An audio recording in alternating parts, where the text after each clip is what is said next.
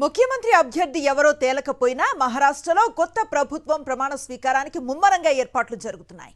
దక్షిణ ముంబైలో ఆజాద్ మైదానంలో గురువారం మహాయుతి 2.0 సర్కార్ కొలువు తీరనుంది. దీనికి సంబంధించిన ఏర్పాట్లను పరిశీలించారు మహారాష్ట్ర బీజేపీ చీఫ్ చంద్రశేఖర్ బావన్కులే. ప్రధాని మోదీ, కేంద్ర హోంమంత్రి అమిత్ షా, బీజేపీ చీఫ్ నడ్డాతో పాటు పలువురు కేంద్ర మంత్రులు, బీజేపీ, ఎన్డీఏ పాలిత రాష్ట్రాల ముఖ్యమంత్రులు, ఎన్డీఏ పక్షాల నేతలు ప్రమాణ స్వీకారానికి హాజరవుతారని సమాచారం. మహారాష్ట్ర బీజేపీ శాసనసభ పక్షం రేపు ముంబైలో భేటీ కానుంది. నూతనంగా ఎన్నికైన ఎమ్మెల్యేలు పార్టీ శాసనసభ పక్ష నేతను ఎన్నుకుంటారు. ఎల్పీ లీడర్గా ఎన్నికైన వ్యక్తే మహారాష్ట్ర సీఎంగా గురువారం ప్రమాణ స్వీకారం చేస్తారు.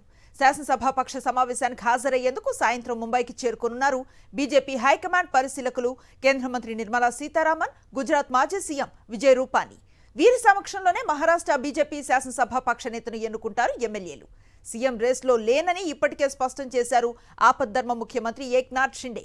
దీంతో దేవేంద్ర ఫడ్నవీస్ ఫ్రంట్ రన్నర్గా ఉన్నారు.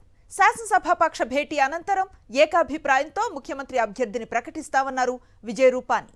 कल सुबह 11 बजे हमारे सभी विधायक दल की बैठक है और वहां हम लोग चर्चा विचारणा करेंगे और उसके बाद सर्वसम्मति से नेता की चुनाव होगी और उसका नाम हाईकमांड को बताएंगे, फिर घोषित करेंगे.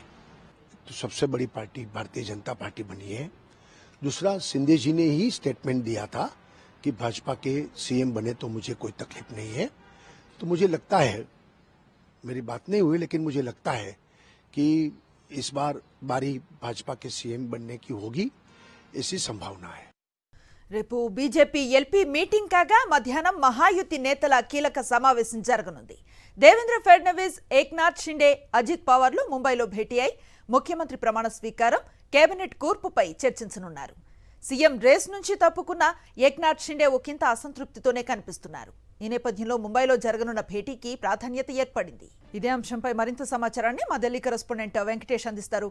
వెంకటేష్, మహారాష్ట్ర పాలిటిక్స్ కు సంబంధించి లేటెస్ట్ డెవలప్మెంట్స్ ఏంటి? మహారాష్ట్రలో కొత్త ప్రభుత్వం ఎల్లుండి కొలువు తీరబోతుంది. బీజేపీ నేతృత్వంలోనే ఈ ప్రభుత్వం ఏర్పడబోతుంది. ఈ మేరకు బీజేపీ పరిశీలకుడు విజయ్ రూపానీ స్పష్టం చేశారు. బీజేపీకి అతి ఎక్కువ స్థానాలు ఉన్న నేపథ్యంలో బీజేపీ నాయకత్వంలోనే కూటమి ప్రభుత్వం, మహాయుతి ప్రభుత్వం ఏర్పడుతుందని స్పష్టం చేశారు. సో ఆ నేపథ్యంలో రేపు బీజేపీ శాసనసభా పక్షం సమావేశం కాబోతుంది.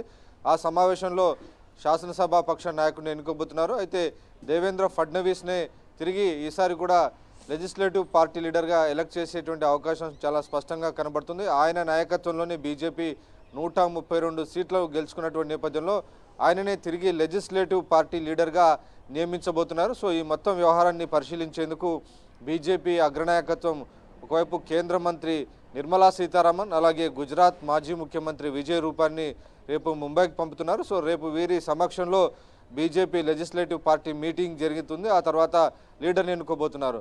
సో సాయంత్రము ఈ ముగ్గురు నాయకులు అజిత్ పవార్, ఏక్నాథ్ షిండే, దేవేంద్ర ఫడ్నవీస్ కలిసి ఒక సమావేశం నిర్వహించబోతున్నారు. ఈ సమావేశంలో ఎవరెవరికి ఏ పోర్ట్ఫోలియోలు కావాలి, దీనికి సంబంధించిన అంశంపైన ఫైనల్ టాక్స్ ఉండబోతున్నాయి. నిజానికి మొదటి నుంచి కూడా ఏక్నాథ్ షిండే ఇటు ప్రధానమంత్రి అలాగే కేంద్ర హోంమంత్రి అమిత్ షా చెప్పినటువంటి మాటనే తనకు శిరోధార్యం అని ప్రకటించారు. సో ఆ నేపథ్యంలో ఇప్పటికే బీజేపీ స్పష్టమైనటువంటి నిర్ణయం తీసుకుంది. బీజేపీ నుంచే ముఖ్యమంత్రి ఉంటాడని చెప్పడంతో ఇక ఉప ముఖ్యమంత్రి పదవితో ఏక్నాథ్ షిండే సర్ది పెట్టుకోవాల్సి ఉంది. ఒకవేళ ఉప ముఖ్యమంత్రి పదవి కనుక ఇస్తే దానికి అవసరమైనటువంటి ఒక రెస్పెక్టబుల్ పోర్ట్ఫోలియోస్ ఇవ్వాలి అనేది ప్రధానంగా ఆయన పెడుతున్నటువంటి షరతి. అందులో ప్రధానంగా కీలకమైనటువంటి హోంశాఖ తనకు కట్టబెట్టాలని అడుగుతున్నారు. వాటితో పాటు పబ్లిక్ వర్క్స్ డిపార్ట్మెంట్ పీడబ్ల్యూడి శాఖ కూడా తనకు ఇవ్వాలని అడుగుతున్నారు. సో ఇది ఆయన అడుగుతున్నటువంటి రెస్పెక్టబుల్ పొజిషన్. సో ఈ కీలక శాఖలు తనకు శివసేనకు ఇవ్వాలనేటువంటి ప్రతిపాదన పెట్టారు. దానిపైనే కొంత బార్గెనింగ్ చేసేందుకు కొన్ని డిలే టాక్టిక్స్, తన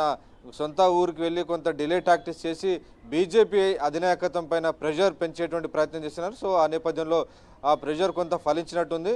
అవసరమైతే హోంశాఖ పదవి కూడా ఈయనకి ఇచ్చేటువంటి అవకాశం ఉంది, శివసేన వర్గానికి ఇచ్చేటువంటి అవకాశాలు కనబడుతున్నాయి. సో మొత్తానికి ఒక ఫలితాలు వెలువడి దాదాపు 2 వారాలు కావస్తున్నప్పటికీ ప్రభుత్వం ఇంకా కొలువు తీరకపోవడం పైన అక్కడ ఉన్నటువంటి విపక్షాలు విమర్శలు చేస్తున్నప్పటికీ మహాయుతిలో ఉన్నటువంటి అంతర్గతమైనటువంటి ఈ చర్చల కారణంగా అలాగే ఒక పార్టీకి మరో పార్టీకి మధ్య ఉన్నటువంటి 3 పార్టీలను కలుపుకోవాల్సినటువంటి పరిస్థితి ఉన్న నేపథ్యంలో కొంత చర్చలు పూర్తయ్యేందుకు సమయం పడుతుందని బీజేపీ అధినాయకత్వం పడుతుంది. సో ఈ నేపథ్యంలోనే ఎల్లుండి గురువారం రోజు ముంబైలోని ఆజాద్ మైదానంలో కొత్త ప్రభుత్వ ఏర్పాటు కాబోతుంది. ఆ మేరకు రేపు ఎల్లుండి మహారాష్ట్ర కొత్త ముఖ్యమంత్రిగా ప్రమాణ స్వీకారం జరగబోతుంది. బహుశా దేవేంద్ర ఫడ్నవీసే నెక్స్ట్ సీఎంగా ప్రమాణ స్వీకారం చేసే అవకాశం ఉంది. అలాగే గతంలో ఎవరైతే ఉప ముఖ్యమంత్రులుగా ఉన్నారో ఇటు అజిత్ పవార్ ఉప ముఖ్యమంత్రిగా, అలాగే ఏక్నాథ్ షిండే కూడా ఉప ముఖ్యమంత్రిగా ప్రమాణ స్వీకారం చేసే అవకాశం కనబడుతుంది.